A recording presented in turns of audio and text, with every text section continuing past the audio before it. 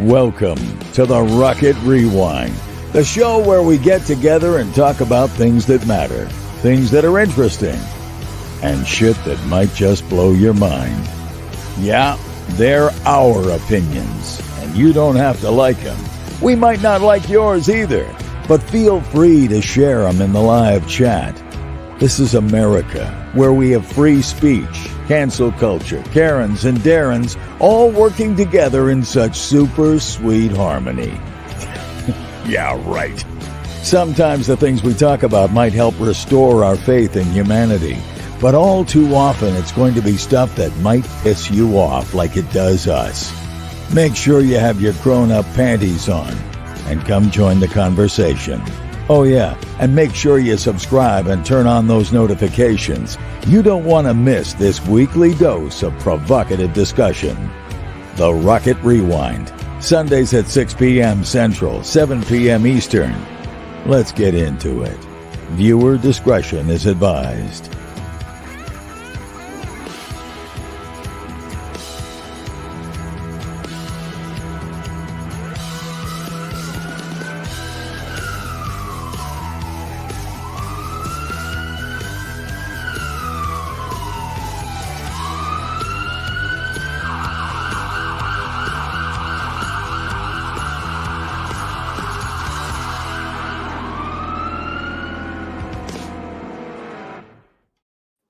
Hello. What's going on? Happy Sunday. So as you can tell, Steve is live on location at a remote destination, not to be announced. He's in hiding. No, I'm kidding. The witness protection. Yeah. Yeah, we've got Steve in witness protection. Some shit went about. No, I'm just kidding. I'm kidding. Let's see. Chat reset on me, so some of you got cut off. I think I see Mr. Wizard. What's up, Mr. Wizard? Good to see you. We got Gaming with Eric Boyce here. What's up, brother? Corey Earlywine's here. Hey man, how you been? I hope things are calming down a little bit for you around your hacienda over there. We got Nicholas 2018 Charger Peel. What's going on, Nicholas? Good to see you. Mr. Wizard says he's working for the Rocket Rewind. That's thank you so much for that visual that we won't be able to get rid of. Oh my god. Let's see. Who else we got? Oh, come on now. Jorge Zambrano's here. What's up, Jorge? Jake Clark, what's up, man? How you doing over there, Jay? Don Theanders here. What's up, Don? Watching all the way from Australia, by the way. So is Mr. Wizard. Linda K's here. What's up, Linda? Good to see you. There's Adam in the chat, and on here with the Southpaw. What it do? Don't forget to watch episode 6 tonight. So let me tell y'all something. This has nothing to do with the Rocket Rewind show at all, but I got to tell you, The Last of Us on HBO, right? If you have HBO Max, that show is kick-ass, right? I love that show.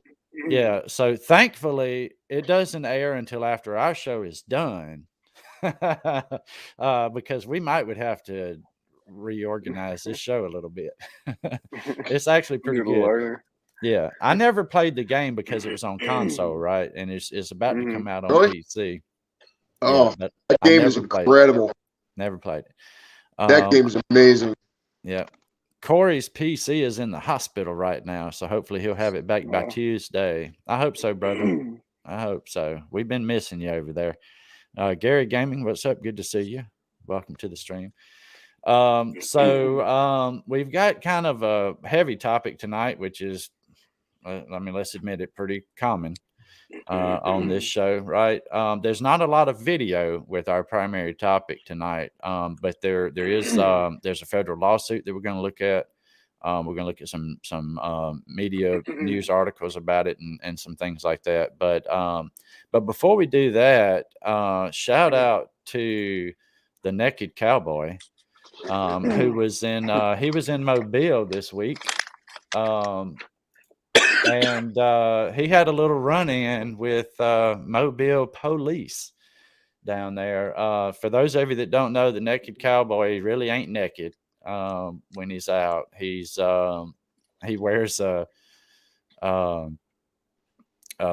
like a Speedo, you know, some man panties, you know, whatever you want to call them. And he goes around and he plays his guitar and stuff, right? It's his gimmick, you know, it's his little thing. And so apparently Mobile police didn't like the fact that he didn't have any pants on. Now let's show this interaction first, and then we're going to look at, I'll give you a little more info on the Naked Cowboy at that point. Yeah, I know it's coming out on PC. I just never played it before because it was on console, but I do plan on getting it. Chris Talbert, what's up, brother? Thank you for watching on Facebook. So you about to go to jail in like 2 seconds. Go put some damn pants on. They ain't no. Put some pants on or go to jail. Let's go, baby. My car is right around the corner. Hey. I'll go back and just go out to your car and put some pants on or go to jail. Okay. Nice to meet you. Yeah. So this was actually posted. What would be the charge? Indecent exposure, maybe. I mean, that's the only thing I can really figure. You know? But he's not exposed. Oh, well, that's my thought process. So he's let's see. And this was his first time in Mobile, Alabama, by the way. He's passed through there. He was on his way down to New Orleans from Mardi Gras. First time passing through there, but as you can see, he's, you know, it's on I mean, that's what he does. You know, he goes around, he plays music, you know. So we can't play much of his videos, of course, because I mean, he plays music. I don't want to get a copyright strike or anything, but it's only a 21-second video, unfortunately. But you know, welcome to Alabama, Naked Cowboy. Sorry you got treated that way, but I mean, that's what he does. He goes around, he plays his guitar. You know, if you look at him from a certain angle, you just see the guitar. He does look like he's naked, you know. But I mean, I've seen a lot of stuff. He's a street performer. Yeah, he's a street performer, you know. Now, here's the thing, though. So let me see. So in 2021, now his name is what's his actual name? Robert John Burke, right? Known as the Naked Cowboy. He's a street performer known for wearing only cowboy boots, a hat, and a guitar, and tighty whities. So now back in 2021, he was arrested for panhandling in Daytona Beach during the Daytona Beach Bike Week, right? He challenged the constitutionality of the city's panhandling ordinance and ended up with a $90,000 settlement from the city.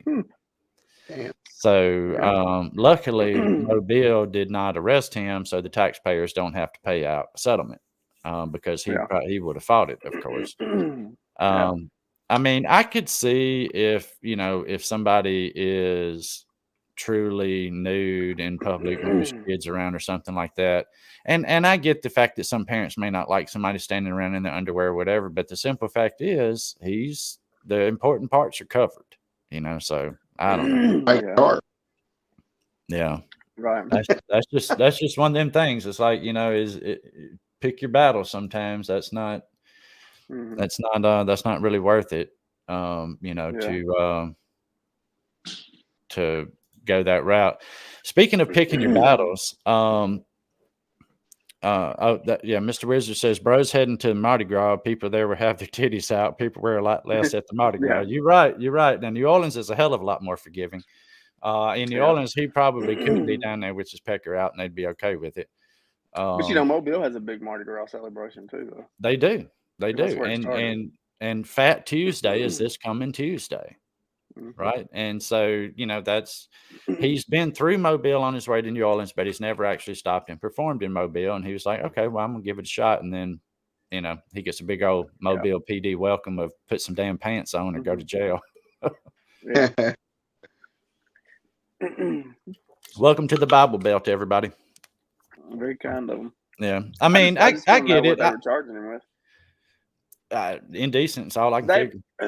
I mean, they might have a city ordinance or something, maybe. Municipal ordinance. Maybe. I mean, there's not. I don't see how that would fall into indecent exposure. It's not exposed. Yeah. Speaking of picking your battles, I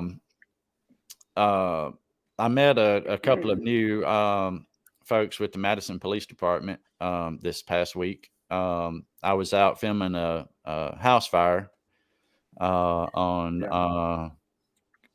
was it Conquer Avenue, something like that. Anyway, can't use the video for the actual fire scene because it's covered with this whole long drawn out ass discussion that I had with a sergeant and an officer with the Madison Police Department. Hey Taylor, what's up, brother? Good to see you. Michael Tinker, what's up? But I was so typically when there's a fire, you'll have law enforcement respond and they block traffic, right? You can't have vehicles running over the fire hoses. It causes issues. Right. Fire trucks got to be able to move around, reposition, different things like that. So they closed off both ends of the road. Now, I parked on a side street and walked down there. Basically almost a full neighborhood block I had to walk to get down there. Had my big camera, my tripod, and I, set up right at the edge of the street. Like one of the legs from my tripod was touching the curb.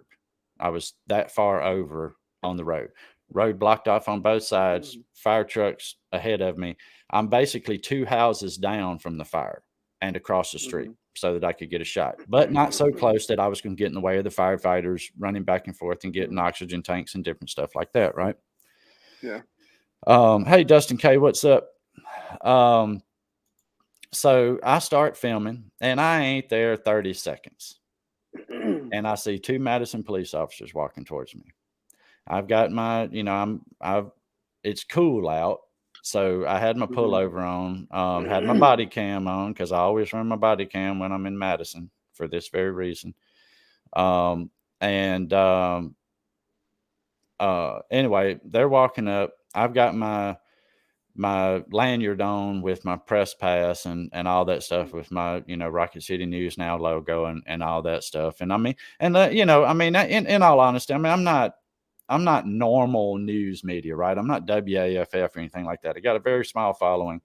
My whole focus is to highlight the first responders. Well, I'm filming, they come walking over. First thing they say is, hey, we've got the roads blocked off and we're staging the press down there by the truck. And I'm like, you can't see anything from down there, He's like, well, we got the road blocked off. And I'm like, well, I get that, but I'm not in a vehicle and I'm not driving through here. I'm walking. I'm a pedestrian on foot. And he's like, well, all right. But, the incident commander, just wanted to keep, have the press over there and, blah, blah, blah. I'm like, all right, well, cool. Thank you. And so I keep on filming. They go over there and I guess they're talking to the incident commander or whatever. And they come back a little while later. So I got maybe another minute and a half of actual video. And they come back over and the sergeant's the one doing all the talking. And he's like, the incident commander said, you got to move down there, by the truck where we're going to be staging the press.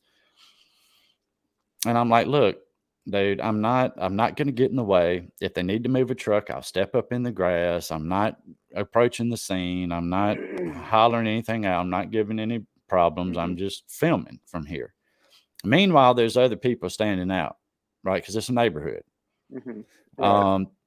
So if you're going to clear the area, you got to clear the area. Right. You can't move me if you ain't moving everybody else. And you can't move people from standing in their front yard. So, this is one of those things where the sergeant knew after our first short conversation that, he really didn't want to have to deal with this. And I mean, and I can't blame him because he didn't know me. He didn't know if I was a First Amendment auditor that was going to show my ass and, start cussing, hollering, carrying on or whatever. They never know. So he, they're coming back, and I'm like, well, I'm thinking to myself, well, here we go again, and he tells me I got to move, that the incident commander says I got to move. And I'm like, well, are you familiar with the doctrine of, and it rolled right off then, but now I'm drawing a blank on it. Prior restraint. I'm like, are you familiar with the doctrine of prior restraint? And he's like, no, what's that? I'm like, well, that's been decided in the Supreme Court that the government, including law enforcement, cannot pre-edit my video. And moving me from being able to get the shot is pre-editing my video. What's on my video, what I record, is for me to decide. Where I'm standing, as long as it's safe and I'm not in the way, and it's adhering with the time, place, and manner restrictions that are also out there for for filming. I mean, I could see if I was if I was in the front yard of where this fire was, I could see being like, no, you got to move. But I'm across the street, 2 houses down, doing my thing. And once I mentioned that, he's like, you could kind of see the look in his face. He was like, God damn, I don't want to get into this argument here. I'm just trying to do what the scene commander told me to do. And so anyway, there was a guy standing out in the yard where I was at. And so I was like, I said, excuse me, sir. I said, do you live here? He said, yeah. I said, do you mind if I stand in your yard? He said, no, that's fine. So I was like, all right, thank you, officers. And I stepped up in that yard, and I was like, I have a nice one. I was now on private property with permission. Yeah. Yeah. But by that point, I was like, the video's done been ruined. All the best shit is covered up. I'm like, fuck it. I stayed there for a few minutes just to prove my point, and then packed it up. And I the main reason why I packed it up when I did, though, too, is because the guy in the house didn't make it, unfortunately, which is sad. And I never want to get that on video anyway.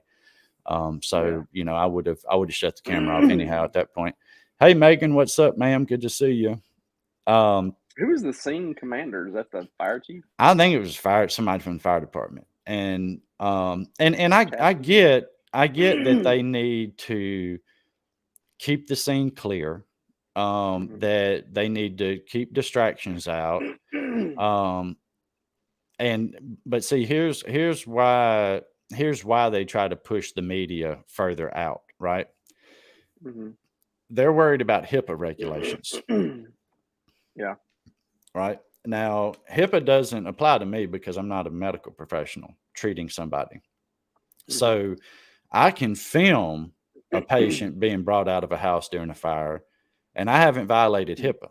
The fire department has not violated HIPAA by bringing them out in front of a camera because they didn't film it. You see what I'm saying? It's the public view doctrine. Anything somebody can see in public. Well, there's no difference between me standing where I was and everybody else standing in their driveways or whatever, watching what was going on. The only difference was I had a camera. I was the only one they were wanting to move. And that's where, but anyway, the sergeant decided to pick his battles at that point and realized that basically I wasn't moving. But I wasn't belligerent about it. I just wasn't moving. I was trying to get the shot, and I ended up still not getting the shot. Really nothing he could do. So thank y'all for running my video. I appreciate it. There's really nothing that they could do. Well, not really, but I mean, yeah, they could have turned around and popped a disorderly conduct charge on me. I mean, you know how easy that is. That's basically you pissed a cop off charge, so I'm going to hit you with it. But I don't know. I mean, I get that point. He's only doing what he was told to do. The incident commander told him to clear the area of the cameras, and that's what he was doing. The other news media was down on the other end. They didn't get much of a shot either. I mean, but I don't know. It's one of them things. I really probably need to set up a meeting with the Madison Police Department, let them know what I'm all about and everything, so I quit getting this pushback, because I don't want to have to start publishing those issues on the channel. Hey, Matthew Nunn, what's up? Good to see you. That would actually be bad for Madison County. I mean, if anything, you would want to highlight what those guys do instead of like say these guys are keeping me from doing good for them.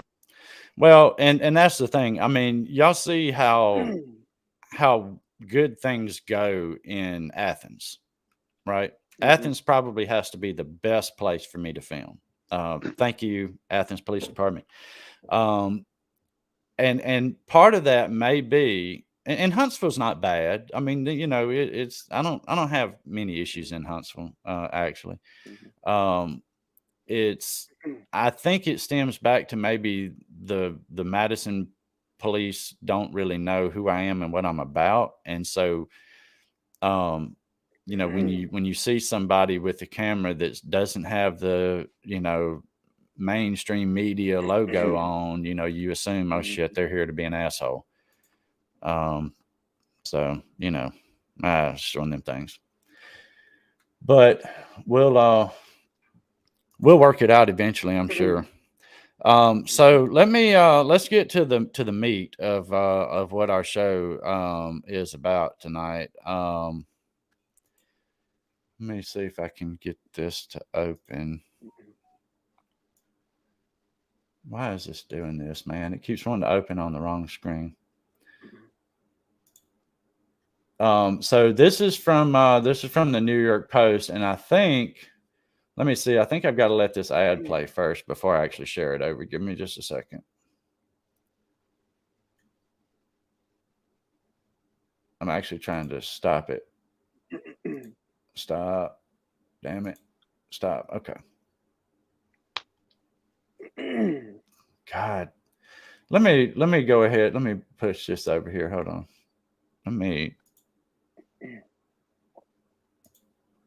All right, y'all see this? Look at all these fucking ads. You know, yeah, when they're trying to really generate some ad revenue, ain't they? Well, I don't even are the newspapers even printing newspapers anymore? Yeah, they are, but they're not putting them out as much as they used to. Yeah. So I mean, everything's going online, so they gotta, I get that they gotta get their advertisement stuff, but sometimes they're just too intrusive. So here's the story. So Anthony Mitchell, also known as Tony. Let me make this full screen real quick. Anthony Mitchell, also known as Tony, is a guy who was suffering a mental health episode, right? This is, I don't know if it was actually in town. It was the sheriff's department that responded, but this is Walker County, Alabama. It's basically near Jasper. And he was having an issue, a medical issue. And the family called the sheriff's department. Sheriff's department comes out, and he was taken into custody. The officer said that he shot at him once and then ran off into the woods. They were able to catch him and put him in jail. Now he was arrested mid-January, and then I think he died on January the 26th. So early morning hours of January the 26th. When he was, so here's a picture here. There he is laying naked on the floor, right? While they're just kind of standing there. Here he is right here where they're getting ready to take him to the hospital. He's pretty much unresponsive here. This is what he looked like, before things got real bad for him.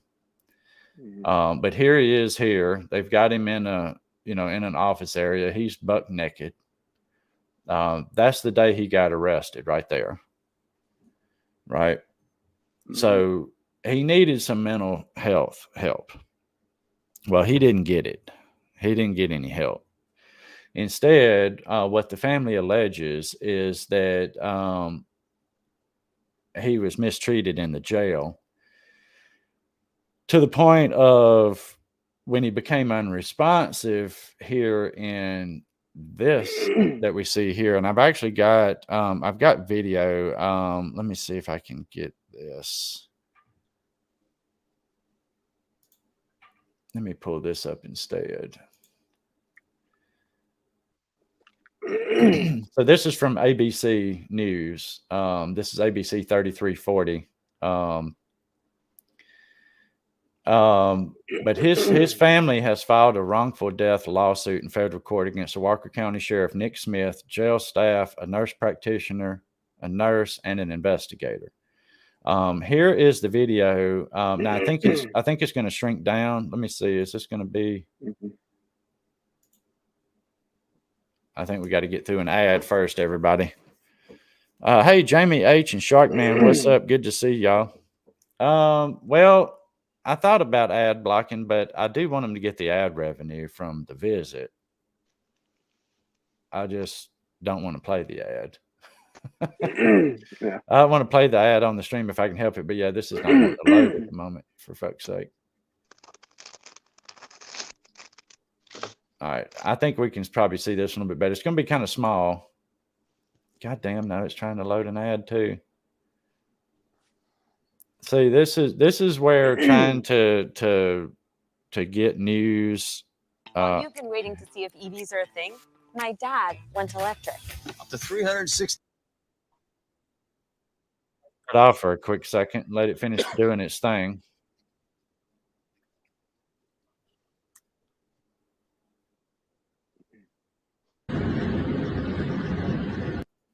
Okay, here we go. Let me see. So it's not going to be real big. This is a small video. Now, let me tell you how this video came about. This video came about from one of the people that works in the jail at the Walker County Sheriff's Department. Now, she's no longer employed there, of course, because after this was sent to the family members, she basically sent this to the family members and said, this is what's happening to your, or this is what happened to your family member in the jail. The sheriff found out how they got it. They interviewed her, of course, and they let her go for basically giving out confidential information is what they did. Right. So she's been terminated, but this video is out there. And it's pretty rough. Now everything else we have is pictures and allegations, right? But watch real close in this video, even though it's kind of hard to see. Watch real close and tell me if you think this guy is unresponsive in this video.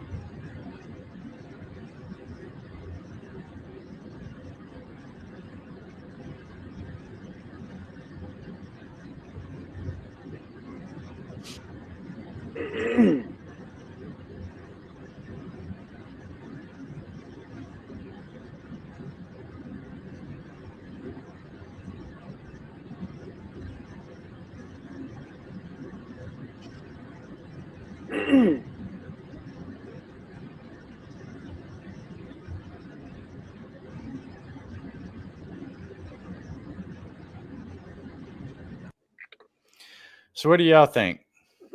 Well, my first response is the guy dead? Well, he was sure pronounced dead when he was when he got to the hospital. Well, he was probably dead there then, because he carried him out completely unmotion. He was motionless. I don't know. I've seen people play dead like that. Well, not really play dead, as just go dead weight like that. Yeah, dead weight people. And still be alive and breathing. And that's true. That's possible. But let me bring this part up, because here's where it changes. I think they alleged he was put in a freezer. Yeah, here's where it changes the whole thing. So medical staff at Walker Baptist spent over 3 hours trying to resuscitate him, right? The civil complaint from the family alleges that he froze to death while incarcerated there. And part of the reason they say that is because when he got there to the hospital, the physician's notes, according to the lawsuit, is I'm not sure what circumstances the patient was held in incarceration, but it's difficult to understand a rectal temperature of 72 degrees Fahrenheit. When your core body temp is 72 degrees Fahrenheit, you have frozen. Well, you've definitely been dead for more than an hour. So I don't understand why they didn't. First, I really don't understand why they didn't transfer him by ambulance or something. Yeah, why didn't they call an ambulance? Yeah. Well, that's and that's the one thing that nurses are in those jails for. I think the county jails are required to have medical staff in the jails 24 hours a day. Yeah, and they there was a nurse there. There was a nurse practitioner. So who's getting sued? Well, let me see if we can open this up. So here is the lawsuit. Let me try. I'm still not gonna be able to see. Why is it still?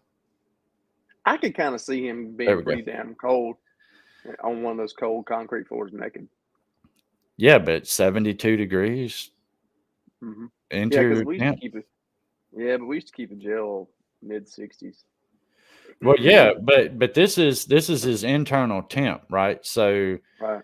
I mean, it's right now here upstairs in my office area. I've got it set at 72 degrees, but my internal body temp is still 98.6 ish. Right. Yeah. So, in order for me to have a 72 degree internal temp, something's got to have gone wrong. Well, I'm wondering if he had like I don't know. I'd be curious. Has the coroner released anything yet? Or the medical examiner? I'd really like to see that report. Yeah, I don't know. He had like a heart attack and died, and they just found him cold. Well, they did file a federal lawsuit on February the 13th. So we're going to look at it and see. Hey, Lisa Thomas, what's up? Good to see you.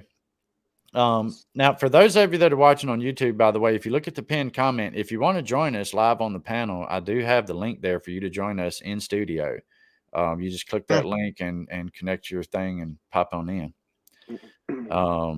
Just be mindful, you're going to be out there for the world to see at some point. So make sure you're not the naked cowboy.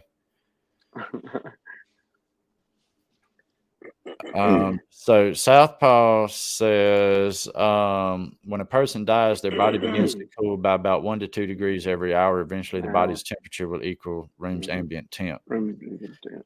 Yeah, there is a balancing out of meeting the ambient temp, but the family's allegations. You understand what? I mean, I kind of understand. Like, well, if somebody's suicidal, if he's like having a mental issue going on and he's suicidal, which is probably why they had him in there naked. Or they usually put him in what's called a smock. It's something they can't tear, rip, or try to tie a knot in or hang themselves with. Yeah. Why they didn't have one of those on him, I don't know. Well, and if he was having a mental health episode, I mean, sometimes people in mental health episodes can be extremely combative. They can try to spit, bite, hit, kick, headbutt. I mean, all kind of things. So, I mean, I get needing to segregate him or whatever, but the family alleges that he was strapped to a chair and put in a walk-in freezer. I couldn't imagine that. I couldn't imagine either, but he had a 72 degrees rectal temp. Yeah. But that's dude, that's 20 something degrees. That's 20 something degrees below normal. Now I'm like you. I want to see the coroner's report, but let's see what we've got in well, and like they have to do, they're supposed to, they also have to do, even if he's in the suicidal cell by himself, they still have to do 15-minute observations of him. Yeah. And sign off on it. I don't know. Well, he was in jail for right about 2 weeks. Yeah. Yeah, he was in jail for right about 2 weeks. And of course, the sheriff's department's not putting out much information. The family is where most of this info comes from. So I mean, you do have to take it with a grain of salt. But I mean, let's be mindful here. I mean, he died in custody of the Walker Sheriff's Department, Walker County Sheriff's Department. So that's a bad deal already. It doesn't look good. There's already a whole lot of media attention being paid to the Alabama Department of Corrections and how many overdoses are happening, how many deaths are happening, and that kind of thing. And then they, the DOC somewhere just buried a guy not long ago that died. They didn't notify family to pick up his body. They just buried him out there in the field where they bury other inmates that don't have family. So, I mean, there's been a lot of mistakes being made in the prison system. And so something like this coming out with the sheriff's department that's why it's getting such media attention right now. Yeah. So here's the opening. Well, first off, so it's Margaret Mitchell, who's the administratrix of the pending estate for Anthony Don Mitchell. And they have filed this civil actions in United States District Court. Northern District of Alabama, Southern Division. It's in federal court. Yeah. So the defendants are Sheriff Nick Smith in his individual and official capacity, corrections officers T.J. Armstrong, Denzel Mitchell, Braxton Key, Bailey Gainey, Catherine Gligan, Jacob Smith, Jeremy Farley, Richard Holzman, Benjamin Shoemaker, Dayton Wakefield, nurse practitioner Alicia Herron, nurse Brad Allred, and investigator Carl Carpenter. Those are all the defendants that have been named in this lawsuit. I wonder why they named the investigator. An investigator wouldn't have shit to do with the jail. Yeah. Investigated part after. I mean, unless he was present at some point during some of what they're alleging, maybe. Yeah. Maybe he was the investigator for the shooting or something. I don't know. It's just odd that he is just a random investigator at name in the lawsuit. I'd like to see how he was involved. Yeah. So, all the other ones make sense. Jorge, you bring up a good point. I forgot to illustrate. So the video we watched of him being put into that patrol car, they were taking him to the hospital at that point. They realized there was a problem. There was a nurse and nurse practitioner apparently that checked in on him, and he was being sent to the hospital. Probably would have been a better idea to call an ambulance to have medical personnel be working on him on the way to the hospital, as opposed to him just riding tossed in the back of a patrol car. But that's where we're at. So in the complaint, the opening line of this complaint says, "This is one of the most appalling cases of jail abuse the country has seen. On the night of January the 25th to January the 26th, Anthony Don Mitchell, aka Tony, froze to death while incarcerated at the Walker County Jail. This case raises an appalling question. How does a man literally freeze to death while incarcerated in a modern climate-controlled jail in the custody and care of corrections officers? The case provides contrasting examples of both the worst of humanity and also its best. Without the malice, deliberate indifference, and failure to intervene of nearly a dozen correction officers at the jail, and the cooperation of these officers and their superiors in a scheme to deprive Tony of his civil rights and ultimately of his life, Tony could never have been killed, likely by being placed in a restraint chair in the jail's kitchen walk-in freezer or similar frigid environment and left there for hours.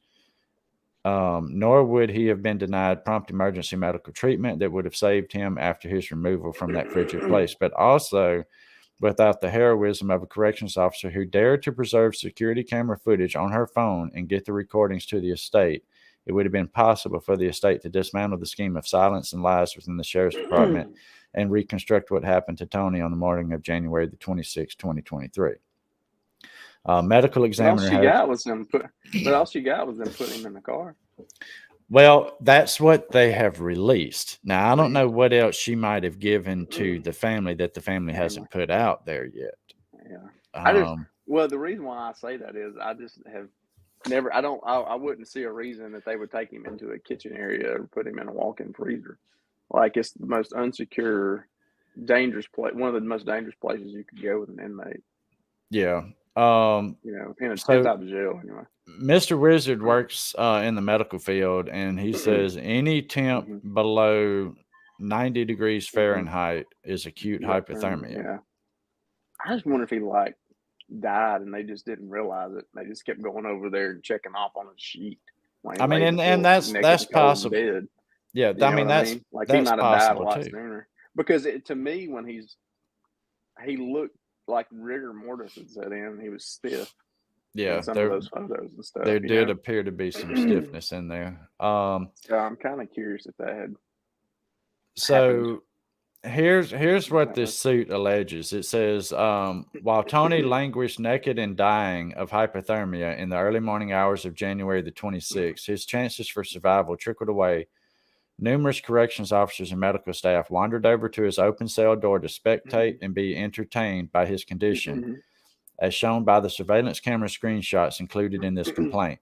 Any of these officials could have saved his life by calling 911 and summoning an ambulance. No one did. Instead, that just tells you that they were walking over there looking at him and putting eyes on him. Yeah. They wasn't shaking him or nothing. They were going in and taking a pulse. Right. Still kind of fucked up, but I don't think there was malice to it. But it said they delayed his medical treatment for 5 hours. Wow.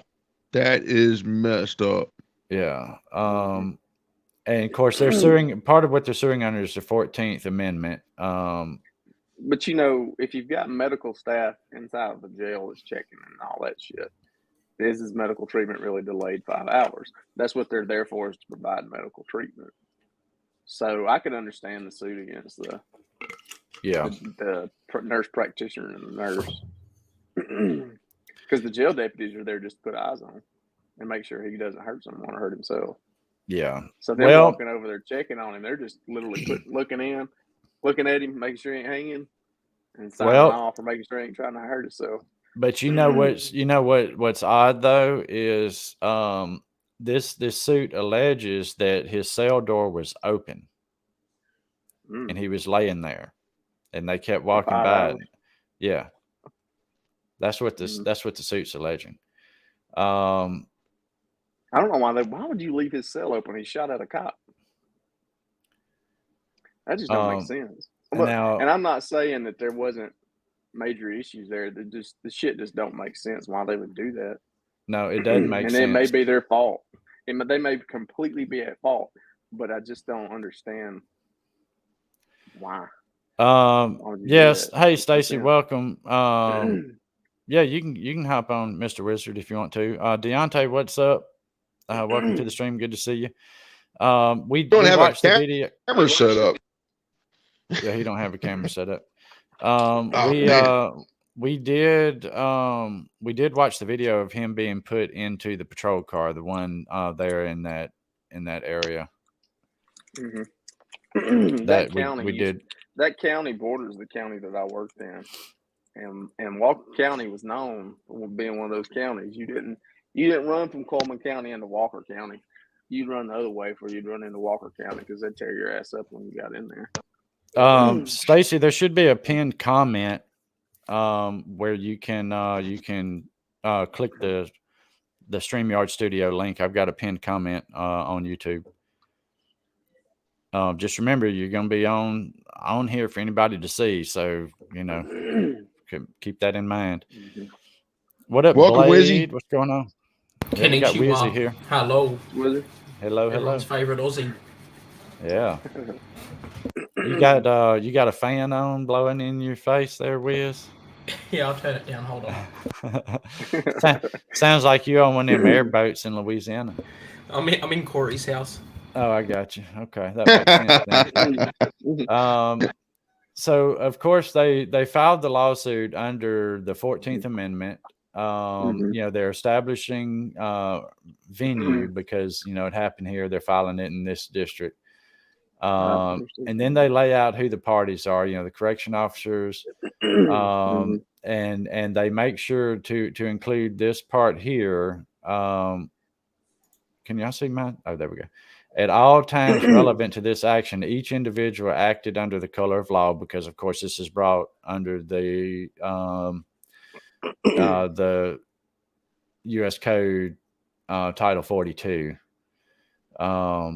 which is, deprivation of rights under color of law, of course. The nurse practitioner and the nurse, which it says they also acted under color of law in that each performed a traditional state function as a provider of medical care to individuals incarcerated at the Walker County Jail. And then they've got Investigator Carl Carpenter, but they just say he acted under color of law. So I don't really know. Anyway, these are the facts that they allege, right? First, he was 33 years old with a history of drug addiction. Up until late 22, he lived with his father on Lost Creek Road in Carbon Hill. His father died in 2022, and after his father's death, he lived alone in the house. His mother, Margaret Mitchell, paid his power and water bills and dropped off food for him. After the death of his father, he basically spiraled downhill. He got deeper off into drug addiction. His physical and mental health declined. And then point 4 is that he passed away on January the 26th at Walker Baptist Medical Center while in the custody of the Sheriff's Department. He died after spending 14 days incarcerated under hellish conditions as a pretrial detainee from January the 12th to January the 26th. His internal body temperature was 72 degrees Fahrenheit when he arrived at Walker Baptist Hospital in the backseat of a sheriff's vehicle on the morning of January 26th. Brought there by sheriff's deputies who did not even bother to call an ambulance for him despite his obvious need for medical treatment. The emergency room physician who treated Tony and spent over 3 hours trying to resuscitate him wrote the following note in his medical records. And that's the one that, that we read about, how he managed to get to 72 degrees. He doesn't know. But he said the cause of this hypothermia is not clear. It is possible he had an underlying medical condition resulting in hypothermia. I do not know if he could have been exposed to a cold environment. I do believe that hypothermia was the ultimate cause of his death. But you don't know that until you this was the attending physician. We won't know that for certain until, the coroner report comes out. So, there's that. Looking at that, so 72 Fahrenheit, that's about 22 Celsius. Yeah. Now that's fuck off cold for a dead body. Like if you're that temperature, you've been dead a while. Now, off the top of my head, I think hypothermia can kick in about 7 minutes of enough of a cold temperature. So for that to actually happen, he would have had to have been in an environment so shit for a long time and then let it progress over time, or they literally walked him into a freezer, because that is hard to die at that temperature. And then the fact that this has happened, when you get really cold, you stiff up. And I wonder too, Wiz, if because we see limited photos and video right now. Hey, Stacy, by the way, welcome. Hey, what's Good up? to see you there, brother. Hey, Stacy. Am I coming through? Can you hear me? Yep, hear you just fine there, brother. There's Rod Wilson in the chat, everybody. Hey, Rod Rod. Wilson of the Rod Wilson channel. So we're seeing information that the family chose to give out. The family got these photos and video from an employee at the jail who's now been terminated for giving that information out, which is normal. I mean, there's she's actually she's filing a lawsuit for that too. Yeah, she has. She's I would filed be a interested lawsuit. in is when was that rectal temperature taken? Because if you've done When CPR he for 3 arrived- hours. When he arrived at the hospital, Okay, so it was taken. Because if it was taken immediately, yeah. But if you've been doing CPR for 3 hours, the body temperature is going to drop anyway. And 3 hours of CPR is a bit excessive. Like anything over an hour, like you deplete every 5 to 10 minutes of not having, if you're not having cardiac input, you're pretty much dead. And if it keeps going for 3 hours, it's like getting blood out of a stone. The only person bringing that person back is God.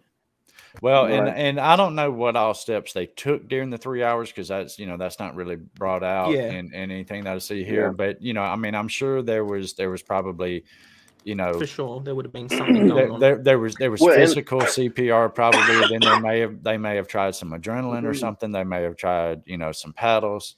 You know, they may have tried several different things. Well, to me, the medical staff didn't seem too concerned, or they would have been in the video of them loading him up. You know, Yeah. they would have been there. True, that doesn't look good that either. just- And you know, I can promise you those deputies didn't want to load him in a car and take him to the hospital. So I'm really wondering how that order was, you know, given out, and by who made that decision, and then why would you call for an ambulance? Well, now part of this lawsuit is alleging that they knew he was dead, and then, you know, according to the lawsuit, of course, you know, from the family, they're alleging that there was an attempt to cover up how he died. Well, and that's why they delayed medical treatment. At what temperature does the heart stop in the body? I know that when I was at the fire academy, when we were getting our EMR certification, we were told that once they hit 92 degrees internally, like get them on heat immediately, like ASAP, because any lower than that, and it can greatly slow your heart. Right. Well, I mean, it makes sense. You know, your blood is needing to stay warm and keep pumping, and if that heart gets too cold, it's not going to work well. Well, it slows your whole body down because your blood isn't pumping properly. Organs aren't getting enough blood quick enough, and then you start labored. Your breathing gets labored, and then you get tired, and then you just die. And that can happen within 10 minutes. You know, 7 to 10 minutes, and you're dead from hypothermia and severe temperatures. Lisa Thomas brings up a good point here. How can you fire someone that had proof? Did they fire the guards and the nurses? If not, the person that relayed info can also sue them, or, you know, sue the department. Well, Alabama's an at-will state. You don't have to have a reason to fire anybody, right? And plus, even at most sheriff's departments, you're employed at the behest of the sheriff. So, you know, even in a non-at-will state, the sheriff can walk in and fire everybody and hire a whole new staff when they're elected. It's not like the police department where, you know, there's a civil service board and city council and all that kind of stuff. And I believe you brought it up last week, where in the state of Alabama, like they're not required to give any kind of video, like whether it be body cam or anything like that, right? Right. And she just kind of, and I mean, by definition, she leaked it. Yeah. Oh yeah, it's leaked. It's leaked info. I can understand why they would terminate somebody for that, because there's a process for requesting it. There's a process for approving what's released. But and I think in a case like this, wouldn't you, if you were going to release a video, I wouldn't release the video of him being put in a car or being taken out of a freezer or put in a freezer. You know what I mean? If there's video of that. Do they have it? See, that's the thing. We don't know. You know, the family's alleging some things, but we're only seeing what, you know, we've been able to see. And I know when I was working in the jail, there was actually a camera that pointed at the freezer and the cooler. And the reason why there's those cameras there to watch that is so you're not having trustees in the middle of the night going there and cooking something to eat in the kitchen. Or stealing food. Yeah. So stealing food. I can tell you, cameras on them. I can tell you that growing up where I grew up, Adam might know what I'm talking about. Right down 78, I grew up with a lot of people who have been to this specific jail. A lot of people, and there are cameras all over that jail. I'm not trying to justify or negate anything, but I can tell you that there are a lot of cameras all over that jail. Well, and right now, I mean, it's a 99% speculation. I mean, what we see is just a small sliver of what happened there. He was there for, you know, basically 14 days roughly or so. So, you know, we don't, I mean, we just have the little bits and pieces. We're basically just talking about the lawsuit the family filed, because that's all we have. Yeah. Does anybody understand? Very convincing they did wrong, because the lawyers in the end are intending on getting a big cut of that, getting about 35% off of whatever they can win from Walker County. So I just those federal lawsuits, they get filed all the time like this, and they may be filed in federal court, but as soon as some of those allegations are disproven, then a lot of times the judge will just drop the whole case. Yeah, they'll throw the whole case out. Because I got a federal lawsuit against me when I worked in the jail, and you I tyrant, was just there. you tyrant. I'm telling you, I was literally just there, and he knew my name, but he filed a federal lawsuit claiming excessive force, and I was nowhere near him. But he named me as one of the main people that was involved in it. But he really wasn't even abused or anything. He just had they just did what they call a shakedown. They went in there and sale, and he didn't like it. Yeah, I mean, there's a lot of lawsuits that are bullshit. Yeah. Go ahead, Steve. Does anybody know how this guy No, you're cutting out real bad there, brother. Your cell service must be pretty rough at the moment. Yeah, it's pretty bad. Does anybody know how this guy ended up in the position that he's in, or they drug him out of wherever he was at his degree? Oh, he dropped. He dropped out. Hey, Sideways, what's up? Good to see you. So basically, so he was having a mental health episode. He was strung out on drugs, having some type of mental thing. He was looking for a portal to hell in his at his brother's house or cousin's house or something. And let's get Steve back in. I want to say they chased this guy. Yeah, they did. Try this again. They had been looking for this guy for several either days or hours. Well, yeah, there was a welfare check on him. He went missing. I know people who know the family. I haven't asked anything, but I know people who know the family. Like, there was just a welfare check, and they couldn't find him. And they found him. I don't know if it was his trailer or not, but they found him in a trailer out in the woods. Yeah. What were you trying to say, Steve? Well, my question was, does anybody know how this guy ended up in the condition he was in where they drug him out of the cell at a 70-degree temperature? Was there a camera close to him where they could see what had happened? Or maybe he just expired? Or does anybody know? They showed a still shot picture of them outside his cell and inside his cell. Let's see. I believe see if I can find or Onyx, I believe I sent you a video. Right. Yeah. So look at this, right? That's a video. So there's a camera, because this was taken from the surveillance camera by the female jailer that leaked this info. So there was a cell on his, a camera on his cell.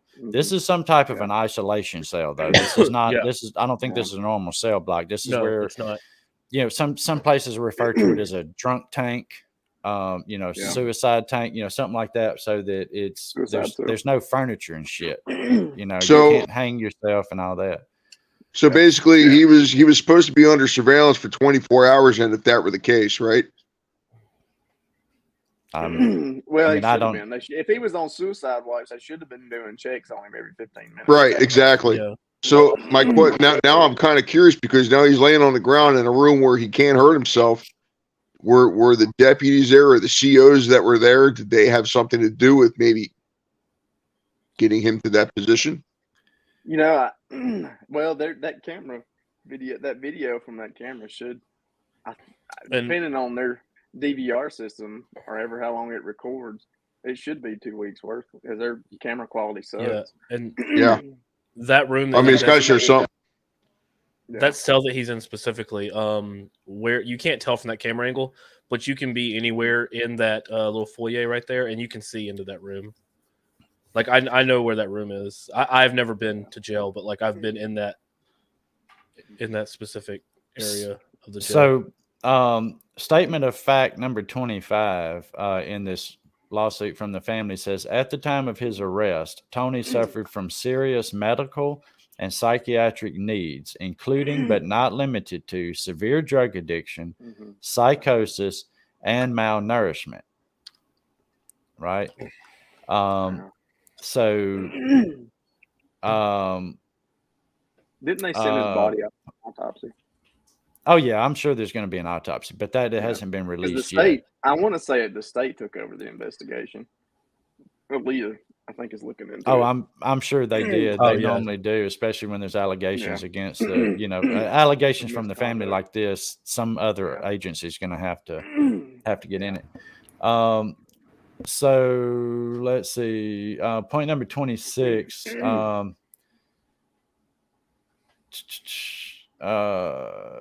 Investigator Armstrong assured Steve that Tony would receive medical evaluation and treatment in jail. Told him, we're going to detox him and then we'll see how much of his brain is left, or words to that effect. I don't know. It sounds cruel to put somebody in a cell naked, but even those smocks are heavy, and they start swinging those things at you. They can hurt you with one. So I'd seen them actually remove a smock from an inmate before because he was using it as a weapon. And there was times when I worked with the sheriff's department that we had people that, because they were such a danger to themselves, they couldn't have pants because they might try to hang themselves with the pants leg. Right. They couldn't have shirts because they might do something. And so it's, having somebody naked in an isolation cell like that for suicide watch is not necessarily cruel and inhuman treatment for the most part. It doesn't look good to those outside the system because it's not understood, but it is for the safety of the inmate in the long run, so that they can't kill themselves. When I did security at the hospital, they told us we were torturing people because we took their clothes and made them put on the easy rippable scrubs. Like, so it alleges here that he was housed from January the 12th until his death on January the 26th. For the duration of his stay, he was kept in an isolation cell in the booking area. These cells are not intended for housing of detainees, but rather are meant to hold detainees temporarily during the booking process. That may be... That's not true. Well, right. In his case, that's not true. Right. You can't put somebody that's suicidal and has psychosis in a block full of inmates. Right. It's not a normal housing for normal inmates, but somebody that's on suicide watch or, isolation for being too combative or something, that's going to happen. So it lacked a bed or other furnishings. There was only a drain in the floor that could be used as a toilet. The cell was bare cement, the equivalent of a dog kennel, but unlike a dog, he was not given a mat to sleep on. Like I say, this sounds bad to those outside the system. Yeah. But this is also written by a lawyer. Right. That's trying to say, So they're going to amp it up and make it sound even worse. They're going to take those shots. I mean, I have no issue with using a drunk tank, so to speak. I mean, because I've had to do that in the past. And I seriously, here's what I think happened. I really think he died sooner than they realized it, and they were just doing visual checks, and he was in the same spot. He was they're like, oh, he's just sleeping. And they just kept signing off on it until probably they realized he wasn't eating his food or getting up and moving. And that's very possible. But see, this goes back to my point of law enforcement doesn't need to hide all this damn camera footage. Like it's some form of, gold. It's there. It's there. This complaint is alleging that he was put in a freezer. Right. And so if the Walker County Sheriff disproves that, a federal judge is going to toss this lawsuit. Well, now they use the word possibly in this lawsuit. Okay. That's where they did it. I mean, possibly. I mean, hell, you can if you use. Well, yeah, if you use the term possibly, I mean, he possibly could have been shot, but he wasn't. Right. I mean, throwing that word possibly in there does kind of make you kind of wonder. That he was malnourished and had drug use and malnourishment and all that other stuff also plays into this too. Oh yeah, there's a lot that goes into it. That could play into your overall body, because if he's malnourished or he's in psychosis, and if that's drug-induced psychosis from either withdrawing the withdrawals itself could cause low body temperature, and that could easily Yep. slow down your heart or race your heart. It's either really high or really low. There's no in between when you're withdrawing from drugs, and that'll slow down your body temperature as it is. So you can die from it. You know, alcohol withdrawal is bad, but if you're on ice or methamphetamine, that's even worse. All right, so they're gonna start working some photos into this lawsuit filing here. One of the first video clips. Now, see, it mentions video clips, but we're seeing a still photo. Okay, so the family has seen actual video. We're only seeing still photos. But one of the first video clips it says it shows Tony naked being dragged out of a holding cell number 5, likely on or around January the 15th, and tased by Braxton Key. Key is still inside the cell and not yet visible in the screenshot below. So this is him. This is Tony here, I'm assuming, naked. And there's supposedly a guard in there that's tasing him, right? Then the corrections officer in the black shirt supervising the tasing is a captain, Alicia. Alicia Tidwell. The tasing caused Tony's false teeth to pop out, and instead of being returned to him, they were recovered and placed in a property bag. I can understand that. Part of the thing they're saying is that he couldn't eat solid food because he didn't have his false teeth then. Well, you can still give them to his diet. Well, yeah, you can still give him, mashed potatoes and gravy, oatmeal, soups. I mean, they weren't starving him, right? There's food that they give to people that don't have teeth. And the reason why I can see them taking his teeth is because I've seen an inmate that had false teeth pop one of them teeth off and sharpen it down and put it on the end of a toothbrush and use it as a shank. Well, anything like that's possible. It can be used as a weapon. So that's a good scenario. So another clip, point 38 is another clip shows Braxton Key and Morgan Madison dragging Tony from the shower located in a bathroom in the booking area.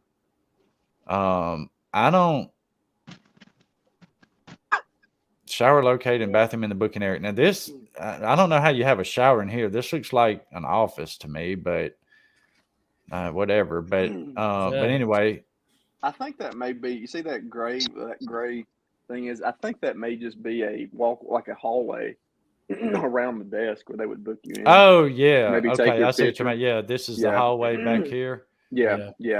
Okay, that makes sense now. I was looking at this as a damn wall. Okay, so that makes a little more sense.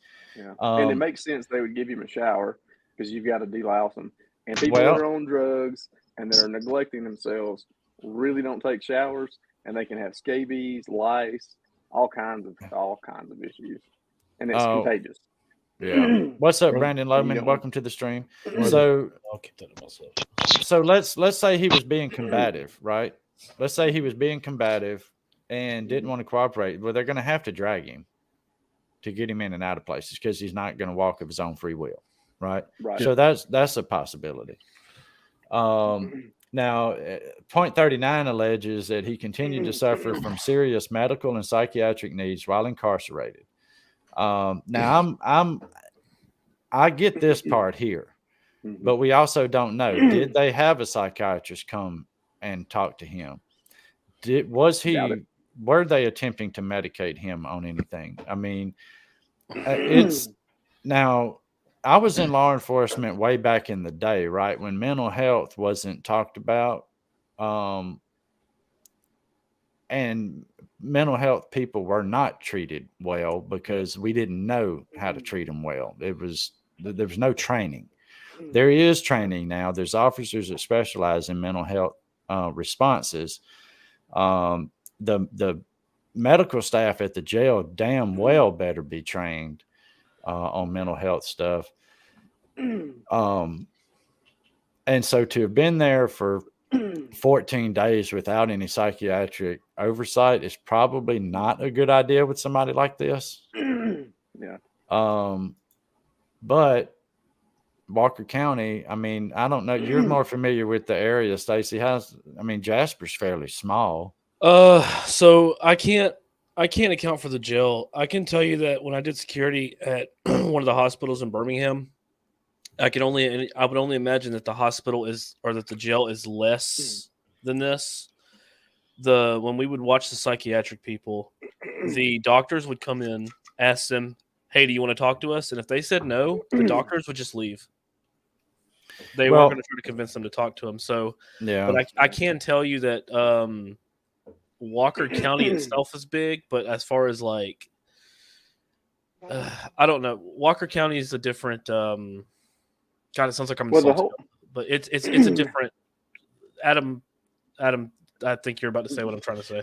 Adam was a deputy sheriff in Coleman County. Okay, yeah.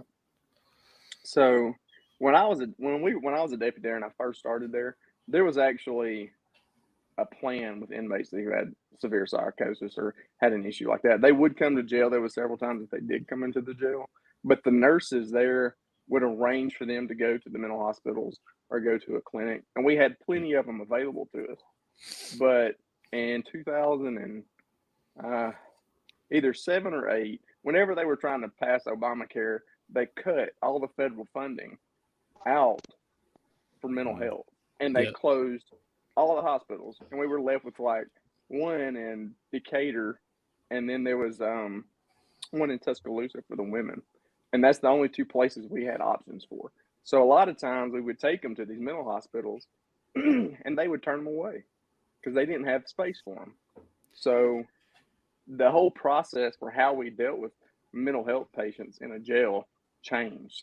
So we would actually end up housing them when they really should have been going through a mental hospital and getting checked and getting cared for, but it didn't happen anymore. I now remember it just literally stopped overnight. Yeah. Well, so it was bad. Yeah, I mean, and some counties are doing better than others, and some states are doing better than others, some cities doing better. But there's the Madison County Sheriff's Department, Huntsville Police Department. I know have some programs in place that they've started having some mental health professionals available on each shift. Some civilian mental health professionals to kind of help with some things. Now, there's no magic fix. There's no end all be all, nothing is gonna just be the thing. Every individual is different. Even 2 people with the same mental disorder are gonna have to be treated differently sometimes. Yeah, right. And another thing is somebody that has drug-induced psychosis is totally different from what I've observed. It's totally different from somebody that just has real psychosis that's just the mental problem for them. Yeah, I mean, who's to say this guy didn't try to go to oh man, I forget what the hospital is there in Walker County, right there in Jasper. But that hospital, mostly the people that are in the psych area there, most of those people are just homeless people that are saying, like they'll say they'll say this or that so they can get a roof over their head. And then unfortunately, if someone like this right here that has issues comes in there, then he's thrown in with that group. Well, if he was combative, to the point of where they felt like they needed to tase him or they had to drag him places or whatever, a lot of that is subjective, right? Is it him being combative? Is it the correctional officers being overly aggressive? Does he understand what's going on? Does he even know what's going on? But if he's having some mental breakdowns and is super aggressive with them, it may not be safe for them to take him somewhere else. That's why you kind of have to have another plan in place. And that may be why they took him. And that may be why they took him in the back of a patrol car versus an ambulance. But I don't know. At that point, I feel like he was dead when they put him in that car, though. That's what the general consensus around the area is. But you can't go by that, because what if he is playing possum? Well, and even as soon as he gets in the back of the ambulance, he starts attacking them and tries to kick the doors open, because I've seen that too. And where a deputy had to get in the back of an ambulance and ride, holding the guy down on a stretcher just to get him to the hospital. So here is Armstrong, who's the sheriff's communications officer, and makes statements to the public. He provided a statement to the news media, and he quoted in part saying, on Thursday, January the 27th, an inmate in the Walker County Jail was provided a routine medical check by jail medical staff. Medical staff determined the inmate needed to be transported to the hospital for further evaluation. The inmate was alert and conscious when he left the facility and arrived at the hospital. Shortly after arrival at the hospital, the inmate suffered a medical emergency and became unresponsive. Life-saving efforts were performed by hospital staff, and the inmate was ultimately revived. Unfortunately, a short time later, the inmate passed away. Now, the family alleges in 41, this statement is false, as he was not alert and conscious when he left the facility. And he was declared dead at 1:15 p.m. It doesn't say what time he left. It just, there's nothing that 3 hours after. Yeah, 3 well, hours. You kind of get a range or estimated time. I mean, how does it work with jail medical intervention? Like, do the nurses just go around and check on all the patients, all the prisoners, or do the police request it? Well, okay, so the detention deputies and all that are literally there to make sure they are housed, fed, clothed, and behave. When it comes to medical stuff, the medical staff inside the jail takes care of everything medical. Yeah. So well, the deputies are exposed to some medical stuff and maybe basic CPR if it's ever needed. But and things to look for, maybe. Right. Same thing with the mental health part, right? Officers can't be trained in all aspects of mental health. They need to know some warning signs to look for. They need to know how to get help for, mental health stuff. But we can't, I mean, in all fairness, we can't expect police officers to be psychiatrists and psychologists at the same time. No. Yeah, for sure. I mean, there is going to be a gap there, and we've got to be prepared for that. But so here's where the family is starting to allege that there was a cover up, right? That they were attempting to cover up the death for a little while. So he was declared dead Thursday, January 26, 1:15 p.m. At some point that day, Steve Mitchell, Tony's cousin, who had originally called 911 about his mental breakdown, received a call from defendant Armstrong, who was at the hospital with Tony. Armstrong told Steve that for the last week and a half, quote, "we've had a time with Tony." Armstrong told Steve that Tony had refused to eat, that he had refused to speak with jail personnel, and that he had allegedly refused to consent to a psychiatric evaluation. So there we go with that. He refused to consent. Armstrong described an incident when Tony had allegedly thrown feces at jail personnel. And I've had that happen to me. I have had that happen to me when I worked in the sheriff's department. We're trying to bring breakfast around, and there's a dude throwing shit out of the drunk tank. Oh, we used to get what they called I forget what they called it. It was they'd shit in a cup, piss in there, and stir it up. Oh, come on, and then throw it. And try to they'll try to throw it in your face. They'll put it on a tray. Oh God. Yeah, they'll put it on a tray and they'll slide it through the hole and they'll push down on it and it flies up. Yeah. Now, any of you watching out there, if you want to join in on the discussion, I do have on the YouTube side, I do have the link for joining our discussion here if you want to hop on with us. So Armstrong told Steve, which is the cousin, that it was the worst case of addiction we've ever seen. Showing that Armstrong was aware that Tony had been hypothermic prior to his transportation to the jail, Armstrong told Steve that Tony's body temperature had started dropping that morning and that they had had to carry him to the hospital. The only way for Tony's body temperature to have started dropping to 72 degrees in such a short period of time was for him to have been placed in a restraint chair in the jail's kitchen, walk-in freezer, or other similar frigid environment and left there for hours. Armstrong asked Steve to carry Tony's mother to the hospital because, in Armstrong's words, Tony's not going to live. Armstrong also falsely told Steve that when deputies got Tony to the hospital, the doctor had asked Tony to sit up, and Tony had sat up, and at this point he had a massive heart attack, but that for now they were keeping him alive. So Armstrong told the cousin Steve that he'd had a heart attack, but the doctor, the attending physician, is saying that he feels like the cause of death is the hypothermia. But hypothermia could possibly bring on a heart attack, Mr. Wizard? Probably, like your heart would be slowing down, but like a full cardiac arrest, I don't think so. Like your heart would slow down and it would definitely not pump properly, but I doubt your heart would be like the muscles. Well, yeah, your muscles would cramp, so it could mask itself as a heart attack on an ECG. Not an ordinary ECG. It wouldn't be a dead heart attack, but it would probably mask itself as a heart attack. Well, because when you get cold, your muscles can cramp because they tense. So your heart muscles would probably tense if it gets really cold. And so, yeah, theoretically, it may look like a heart attack, but it may be something else at fault. You know what I mean? So Lisa has a good point that I actually didn't think about. She says she calls BS. You can see in the video he was molded to a chair's shape and wasn't moving. If he was alert and conscious being put in the vehicle, wouldn't he have started resisting? Not necessarily on the resisting side. I've had inmates go dead weight on me before, or prisoners rather go dead weight on me before. But that's an interesting point you make there about being molded to the chair's shape, because if you think about it, if you remember back to that video we looked at, he was in the shape of a chair, and Adam or Steve, I think y'all had mentioned it looked like rigor mortis had started setting in. Oh yeah. That could have also been the hypothermia, because hypothermia may make you tense up because your muscles will tense and you'll clench up. Okay. So it's like electrocution. You'll kind of like start binding together.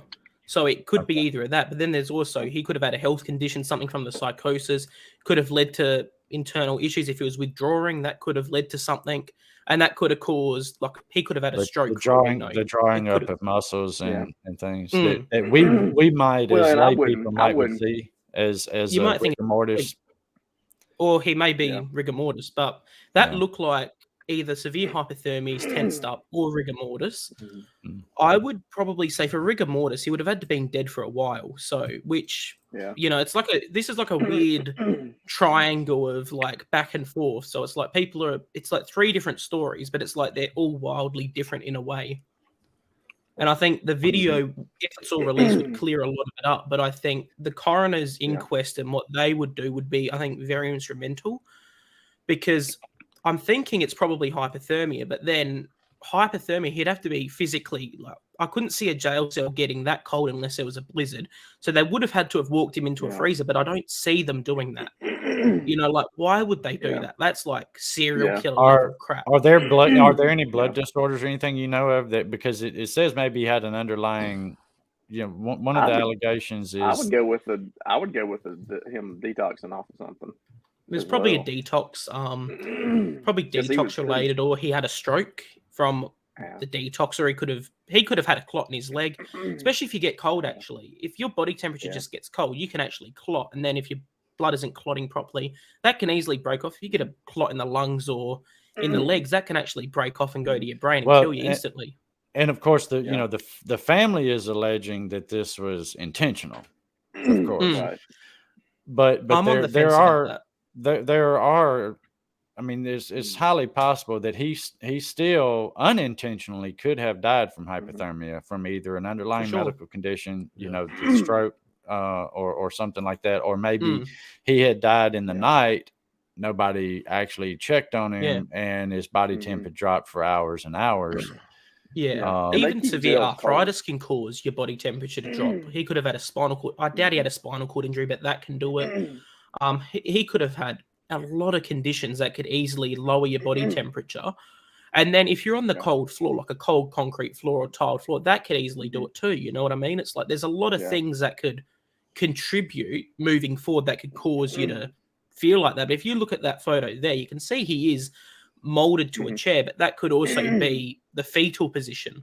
If he's getting cold, he could have gone to the fetal position. And then if he dies, because when you get really cold, your body starts compensating and bringing heat to your vital organs. So your feet get the less heat, and then it goes up and up and up until eventually you got nothing left. He doesn't look like he's got any meat on his bones either. He looks. Well, they said he's malnourished. Yeah, even anorexia can cause body temperature to decrease. Yeah, he is going to get colder faster than other folks that have a you little can meat tell on their by bone. what the deputies are wearing that it's clearly pretty freaking cold. Yeah. Now it has February did have some pretty cold. Yeah, it's been pretty cold in Alabama. Now a lot of these allegations here are talking about how his body is, how he doesn't appear to be responsive, and things like that. So this video clip was at 8:55 a.m. and apparently it had been 5 hours since they realized he needed medical attention, is what the lawsuit's alleging. I think either way, the nurse is the nurse practitioner. They've got a duty of care for the patient. And I think if they couldn't even pick up on this, I work with people that are actively dying in palliative care. That's my job. I can walk past someone's room and definitively say if that person is alive or not. Sometimes I have to go and double take, but I've got that sense that I can see, okay, this person is deteriorated. Let's go and check up on them. And I can say, okay, this person's passed. Or this person, when you're on your way out from severe illnesses, you'll look like dead anyway. But you kind of get that feel when you're a nurse, like, oh, that person is actually dead. And then a nurse practitioner, that's pretty much a doctor. They're more or less doctors. So they can prescribe. Okay, so here's some notes in the medical records from the attending physician, Dr. Timothy Jordan, at the ER. So this is what the family's using to refute he was alive and alert when we put him in the car.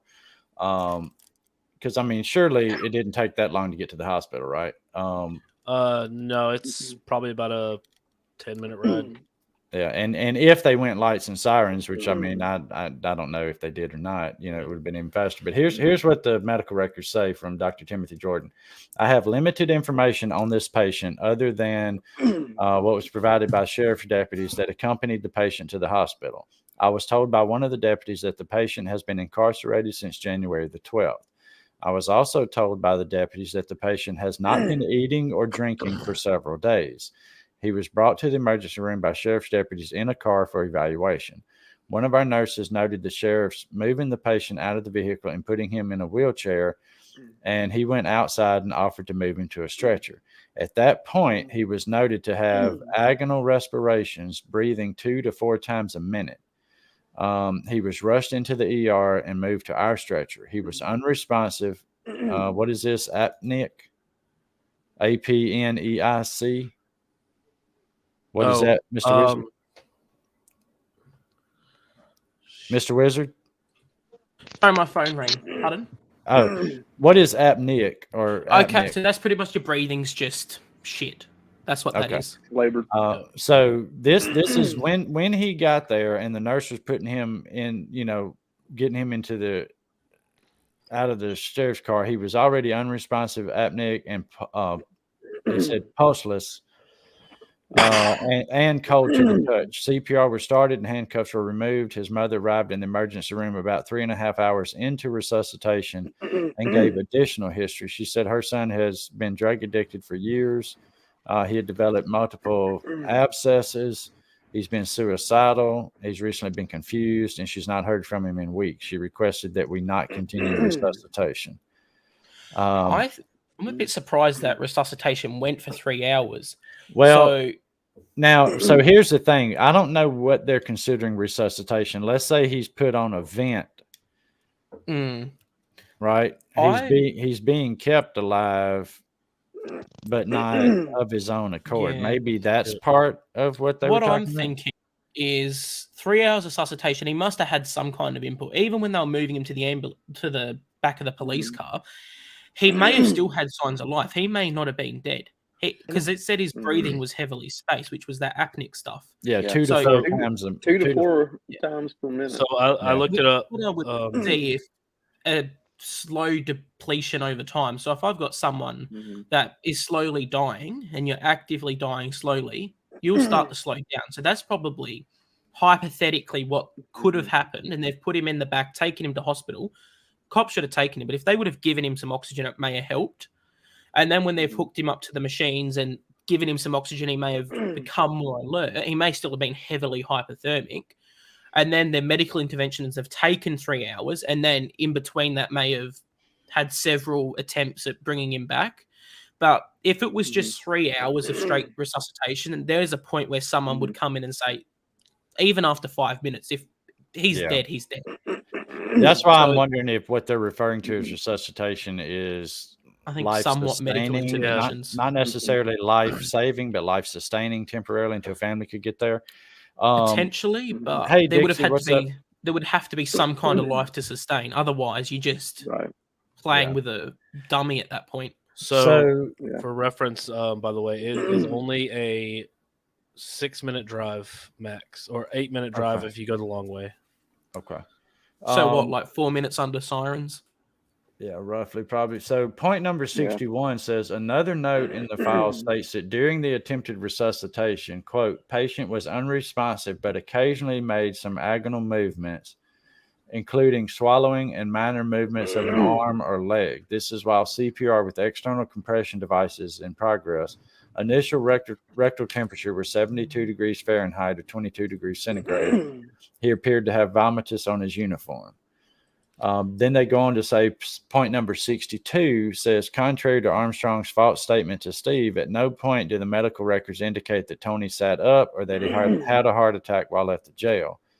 Rather, the notes state pupils were initially fixed and dilated, but became responsive after CPR was initiated. The patient remained asystole, PE, and occasionally VFib. No spontaneous pulse was ever palpated. Okay, so he went into somewhat normal rhythm at times, you know, and they've put him in a shockable rhythm, so they probably have shocked him. So I'm thinking this is a very hypothetical situation. It's very plausible that this could happen. He's come in, okay, he's withdrawing from drugs because if he's been in there for about a week or so and he hasn't had his fix, you're going to start withdrawing. That's going to happen no matter what. Yeah, and he would have probably come in there psychosis. 2 weeks. Yeah, so 2 weeks, he would have been withdrawing, and withdrawals can take 2 to 5 days.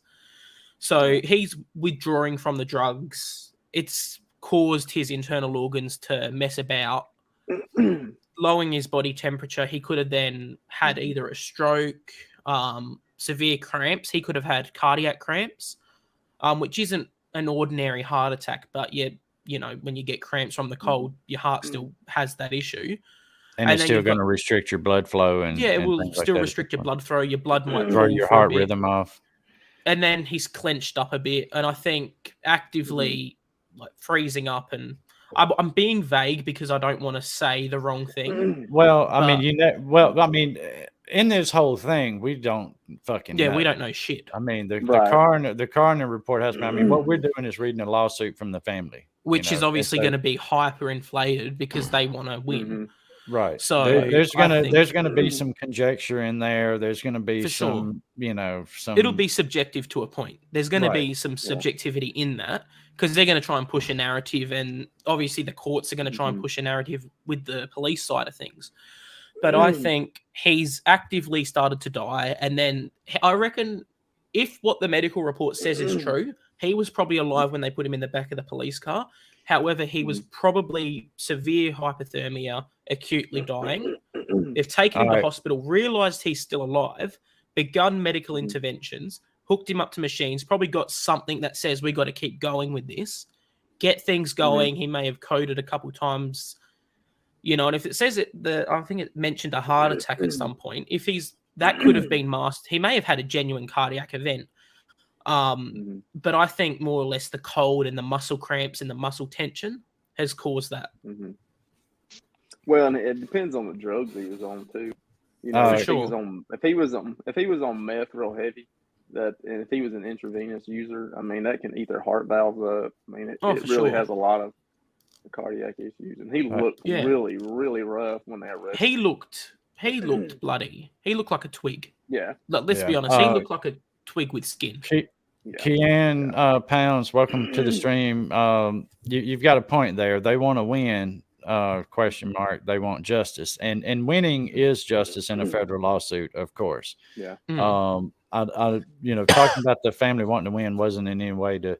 I mean, they lost a family member, and they feel like it was, through his deprivation of rights. So they've got every right to bring a lawsuit. It's just we don't have the coroner's report to look at. We don't have all the video to look at. It hasn't been released yet. So the entire lawsuit at the moment is conjecture until it's proven. But now here's where here's an important part that I think the family is gonna be able to use to kind of swing some things. So the officer that preserved the security camera footage, who's been terminated for sending that to the family, she says that she last saw him alive at 6 a.m. on the morning of Wednesday, January the 25th, when she went off of her shift. This is the day before. He died on Thursday. This is the day before. At that time, she told the family Tony was awake and talkative in the isolation cell in the booking area and not in any evident distress that she could see. They also say that 72 degrees is approximately the room temperature in the Walker County Jail. Yeah. The only way, huh? That's bull. You don't think it's that? Well, it'd be too hot. Them deputies would be sweating in there. Yeah, it's probably colder than that. The only way, point number 69, is that the only way for a living person's body temperature to fall to near room temperature and for the person to still be marginally alive, as indicated in the medical records, and not a corpse that has cooled to match the temperature of his surroundings, is for that person to have been exposed to frigid temperatures for an extended time. Based on these circumstances, it appears that he was strapped into a restraint chair. And see, they keep now. Here's what's got me wondering. They keep referring to putting him in a restraint chair and putting him in this freezer. They mention it so many times that I've got to think they've seen something that makes them believe that. Well, they keep referring to videos and stuff, but they don't in that case. So here we go. So based on the circumstances, they think he was strapped into a restraint chair and placed in the walk-in freezer sometime after this deputy left that preserved the video. And they think that it was punishment for him shooting at the deputies. Now, he fired one shot. They wouldn't wait 14 days to do some crazy shit like that, though. Not really, Ken. We're gonna pull up the we'll pull up the Sheriff's Department's Facebook page. I believe they turned off comments on their Facebook page after this, but we'll pull up their Facebook here in just a minute. Let me roll through a couple more of these. Right? Oh shit. So security footage from the kitchen area still exists.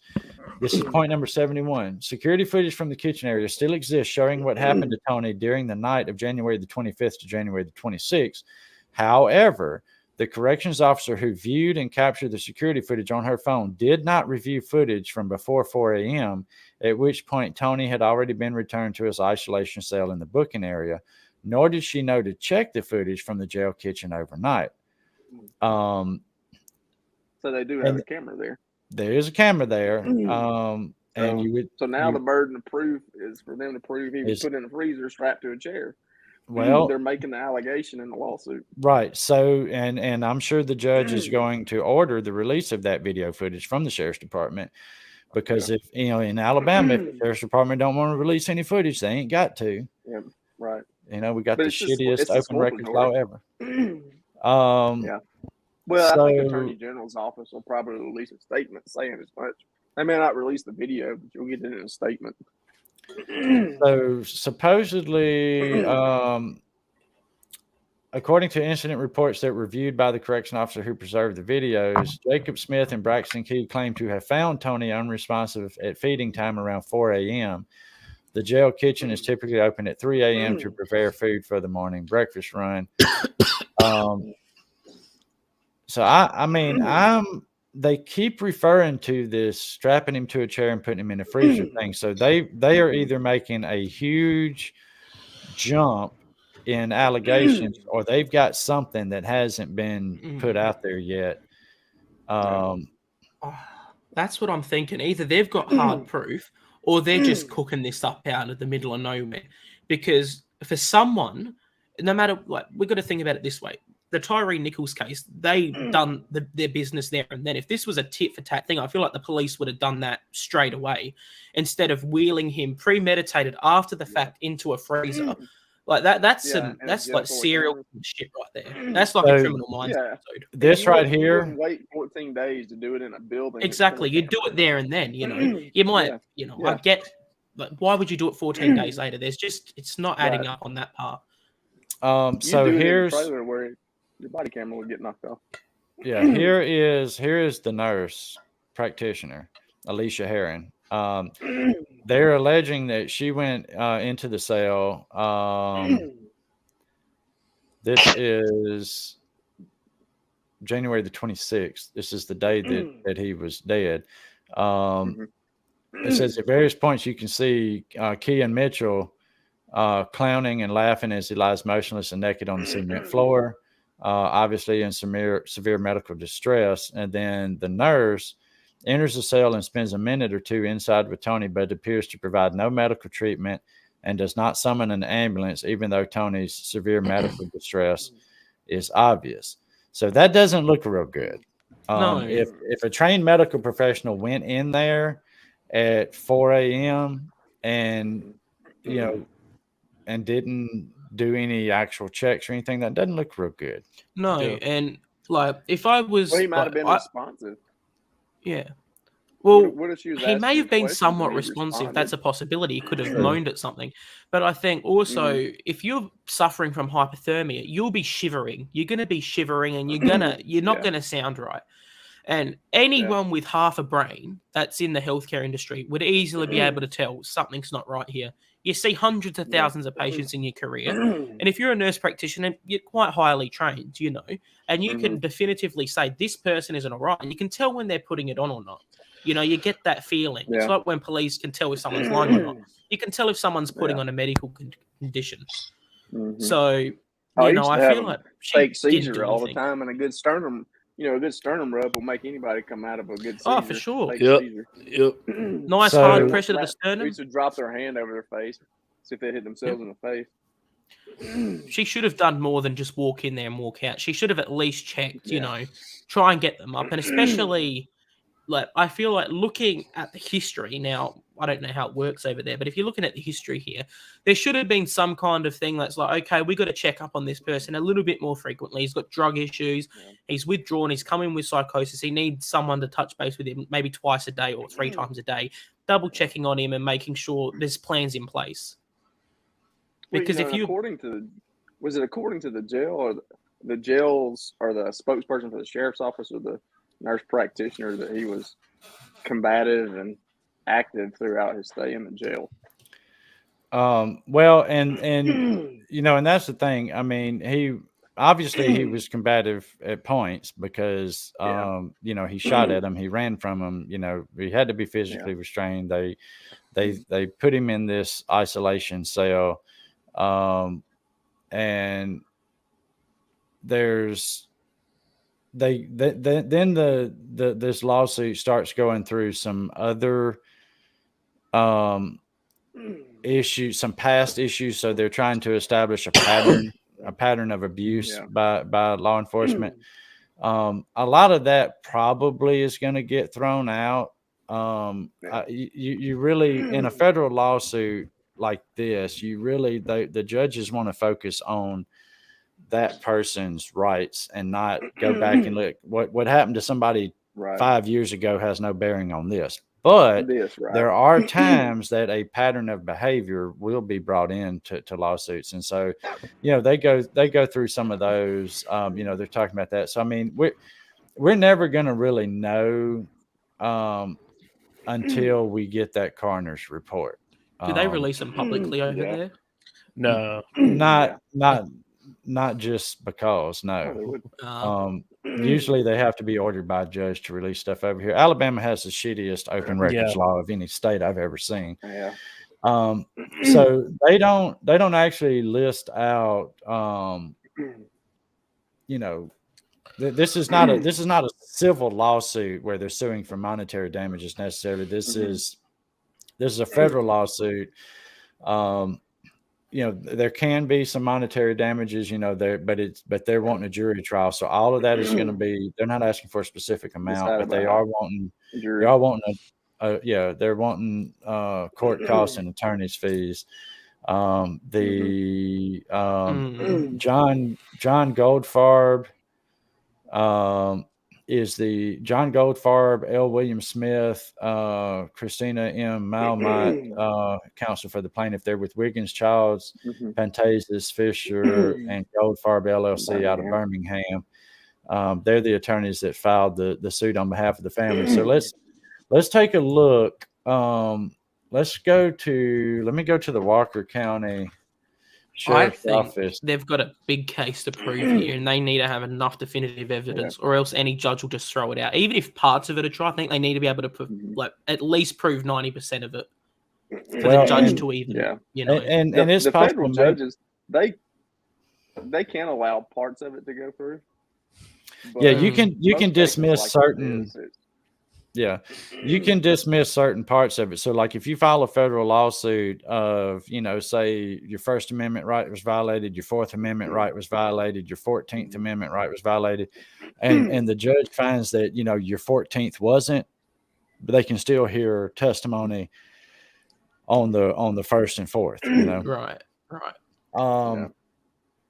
So let's see. So this is the Walker County Sheriff's Office Facebook page. Oh God. Oops. Now they've I think they've turned comments off. Let me see. Can I comment on this? I cannot comment on this. So comments are turned off. They have turned off comments on their Facebook page because there's, as you can see, people are posting links to some of the stuff. Now let me go back to, so this was January. Oh, that's terrible. That's so bad. That's bad. Let me go back and see. There was some type of a statement put out. What are we talking about? January the 26th, right? And this new sheriff, I have to say, he's brought that sheriff's department into the 21st century.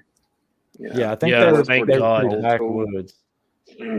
Yeah, and he really did bring it, and they've been really proactive under his leadership. So I haven't seen anything that would discredit him in any way until, you know. Well, and I mean, we've got to admit it's, you know, it's all speculation until some shit gets proven. I mean, that's part of what you bring things into court for, is so you can get the judge to order release of certain things. They had a statement. I think they removed it. I'm curious to see what the Attorney General says, because if Elias picked up the case and investigated, then it goes to the Attorney General's office to decide whether to prosecute if there was any criminality to it. So I'll be kind of interested to see how that plays out. Because if there's no criminality to it, then we'll see. Yeah, they can still file a wrongful death lawsuit, but it may not go nowhere. Well, I feel like they may have removed the information on that because there's pending litigation right now. Yeah, I mean, that makes sense. So it looks like that may be gone. Okay. They also had, at some point, they had posted a picture of him when he was arrested, but now that was what, January the 12th? So we're at the 14th. And I can't remember. Yeah, that's the picture where he got arrested. Yeah, here's the picture of the arrest.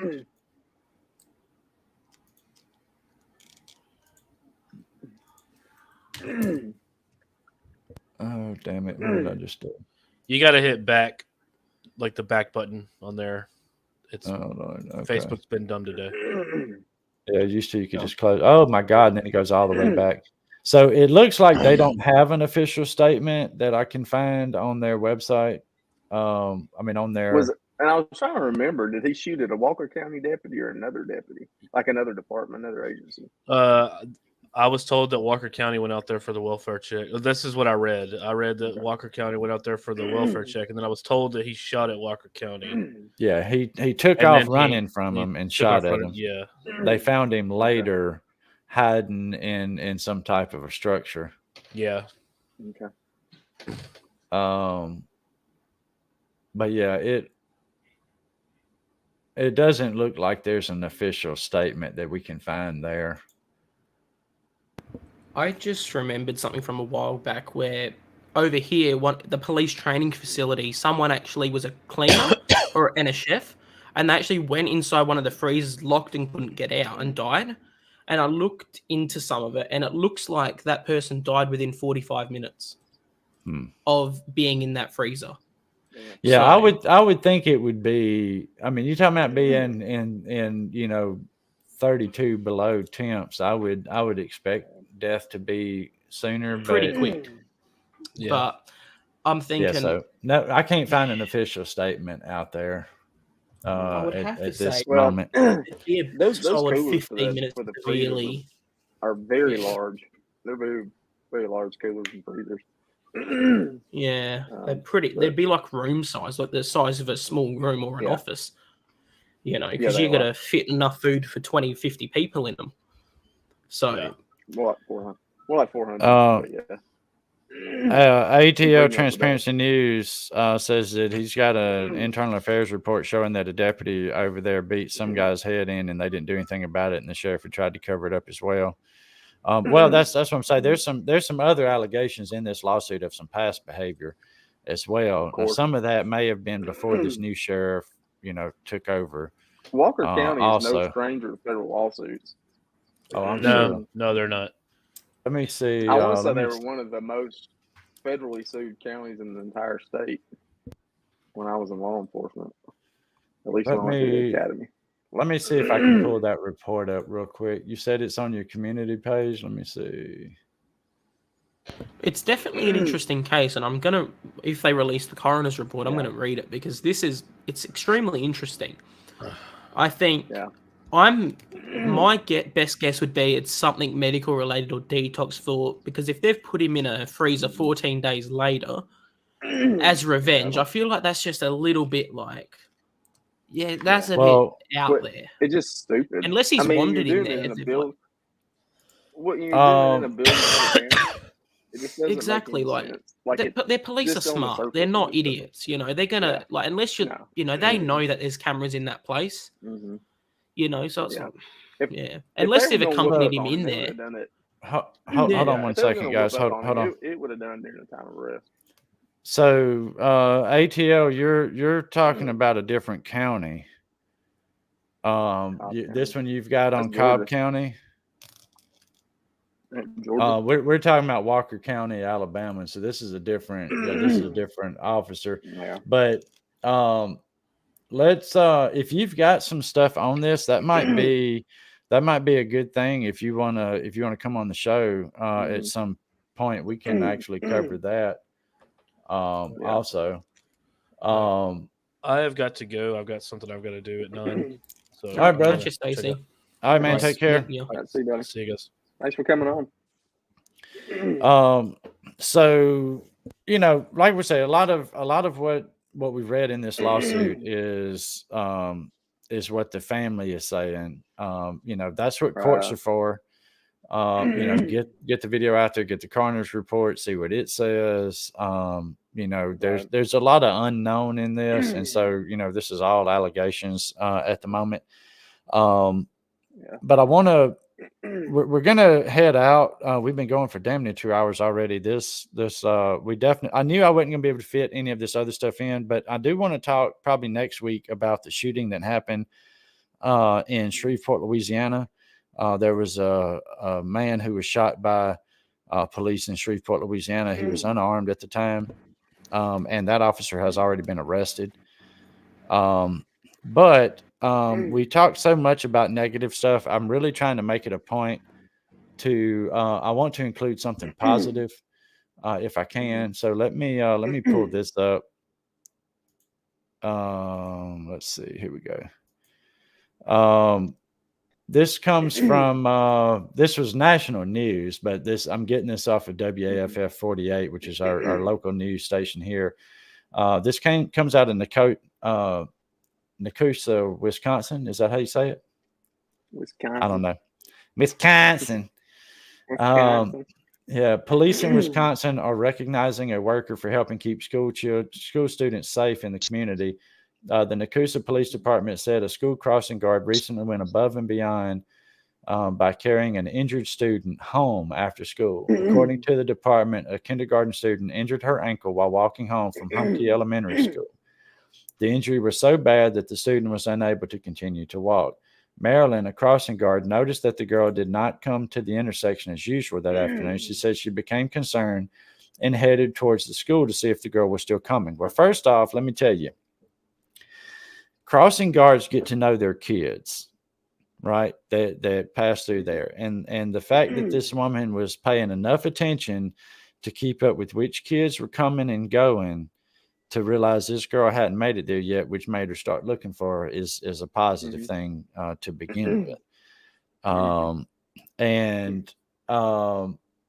So she didn't come to the intersection. So she started walking towards the school to see if she could find her. She ended up finding the student on the sidewalk, unable to walk. So she scooped the girl up and took her home to her parents, who were very grateful. The police department said it is truly proud of Marilyn and the other dedicated crossing guards in the community for keeping children safe. Way to go, Marilyn, for going above and beyond. Now, they didn't share her last name. They just keep calling her Marilyn. But, hats off to Marilyn for that. I mean, she didn't have to pick that girl up and carry her home. She could have been like, I'm going to call you mama. You just sit right there.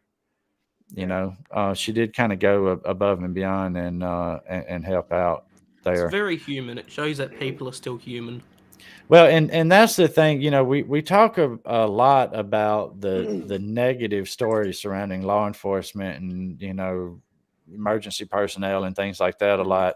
And I think that, what I don't want to do is I don't want to cloud it and think that, that's not how we're talking about the bad seeds a lot of times. Yeah. We're not talking about the normal people. We're talking, there's a lot of damn good police officers out there. And so what we talk about on this show, I don't want people to misconstrue that, to think that we think cops are bad. In general, we don't. But when you do bad shit, you need to be called out for it. And I do want to try to, when you do good stuff, I kind of want to be able to call that out. Southpaw looked it up and said Nakusa, Wisconsin is in the central part of the state. Population is 2,500. So there you go. Small town. I mean, I grew up in a small town, and I got to tell you, people know each other and people care a little more for each other when they know each other. There is one other that I had, if I can find it. Let me see. I think I've got it saved in here. Where is it?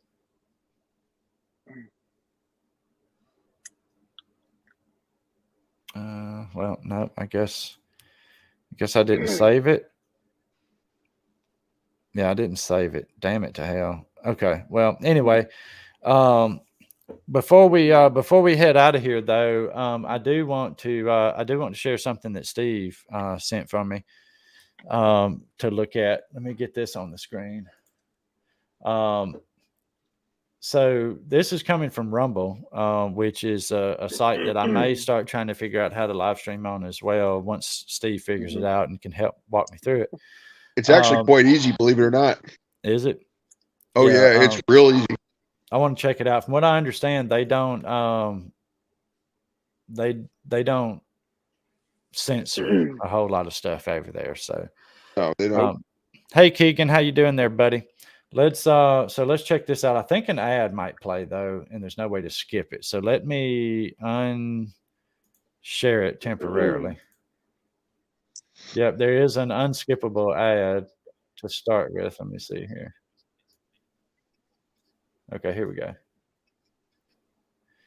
All right, let's bring this back up. So this comes from, it says the commentary is from Steve Inman. This is coming from Steve Inman's page over on rumble.com. Let's take a peek at this because this is fucking hilarious, right? This dude took something and really made it super hilarious. Let's see, full screen. There we go. Okay, here we go. So let's check this out. Being a cop has got to be one of the toughest gigs in the world. I don't care who you are, because we all know life is like a box of chocolates, and in this situation, you just never know what you're going to get. You'll probably end up getting a guy who takes off and runs for no particular reason, just like Forrest Gump. And it looks like he could go all the way as he officially is gone from the screen. Cop walks up nonchalantly, thinking to himself, I ain't chasing no freaking crackheads. Just got done with a box of Krispy Kremes. You think I'm out of my mind? That day, for no particular reason, I decided to go for a little run. So I ran to the end of the road. I'm worried about copyright on that because that is from the voiceover is pretty great. Yeah. So that was fucking great. So the dude really is running exactly like freaking Forrest Gump. Yeah. Jesus Christ. For no reason. Yes. There was no reason for him to run. The bag didn't have nothing in it. Well, and he wasn't the driver either, right? Didn't he come out the back? Yeah, he came out the back seat. But I do think that's funny that the voiceover said that cop's like, I ain't chasing no crackhead. And I'm gonna tell you something. I've chased crackheads before, and that shit is no fun. And most of the time, the crackhead wins, right? They got unlimited stamina. Yeah, yeah. But it looked like the cop radioed out. They got that high octane meth. Yeah, yeah. They've got like the stamina wheel add-on on the game. So I think that's gonna do it, y'all. We just went over the 2-hour mark there. I got some food to go stuff down my goozle, so that's gonna happen. Yeah. Mr. Wizard, thank you for hopping on and providing us with some of your medical expertise, even though we had limited info to go off of. It was nice. My brain was useful. Well, it was nice to know. Yeah, for once. Yeah, for once. Wiz was useful. For once in 5 years, my brain has been useful. Yeah, but no, I mean, it did help to kind of know what some of those medical terms mean because I had no fucking clue. I mean, I was getting the gist of what the family was trying to say in that part of the lawsuit, but I didn't know that, how those specifics were. So, thank you for being on. I appreciate it, Steve. I know, I know you got a lot going on this week, and so thank you for taking the time to get on from your remote secret hideout location. He pissed off Chicago police. They're after him. Or he's running. What it is? He's pissed off someone. The Philly police. He's running from the Philly police. He's running from all of them. So Lisa Thomas asked me, how often do y'all stream? You know what? I'm going to tell you, you caught me lying down on the job because I had this whole fucking thing here that normally I have up on there about our live panel, and I didn't have it up there this time. We stream unless something comes up like the Super Bowl. We canceled it last week because of the Super Bowl. Yeah, the Pooper Bowl. Okay. Anyway, we stream Saturdays at 6 p.m. Central, 7 p.m. Eastern. Sundays. Did I say Saturdays?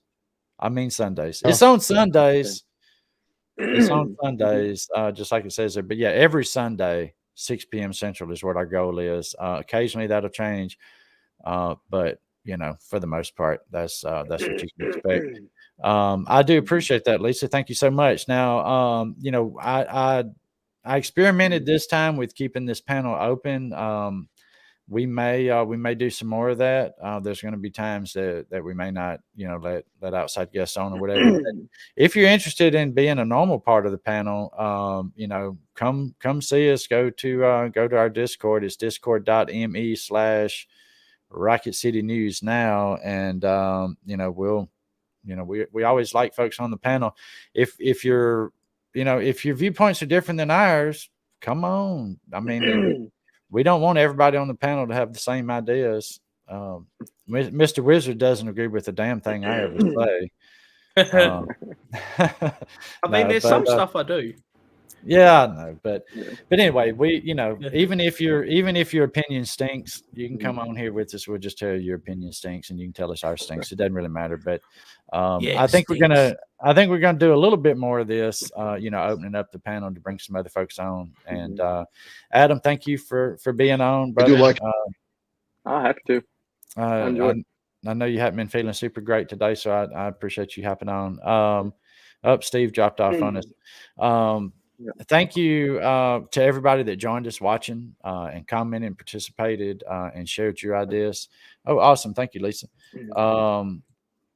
Yep, I see you. There you are. Welcome. Good to see you. But, you could do a lot of things with your Sunday evening. We appreciate you coming. We appreciate y'all coming and hanging out and watching this with us and talking about some stuff. I mean, sometimes it's rough shit to talk about. Sometimes there's some good things to talk about. I do want to try to do one show that's mostly positive. I'll see what I can figure out. There's just so much stupid shit that happens in the world today. It's super easy to find the bad stuff. But that's the most important thing is the bad stuff. Yeah, bad stuff gets ratings. Exactly. But any law enforcement officers or first responders watching out there do know that we don't think you're all bad or anything. We're just out there to highlight the ones that are shitty. When I'm out there doing my filming, I'm trying to highlight the positive. When we're doing this show, unfortunately, we got to talk about the negative. Sometimes, we got to call bullshit on what's being said. Sometimes the cop's in the right in the videos we look at.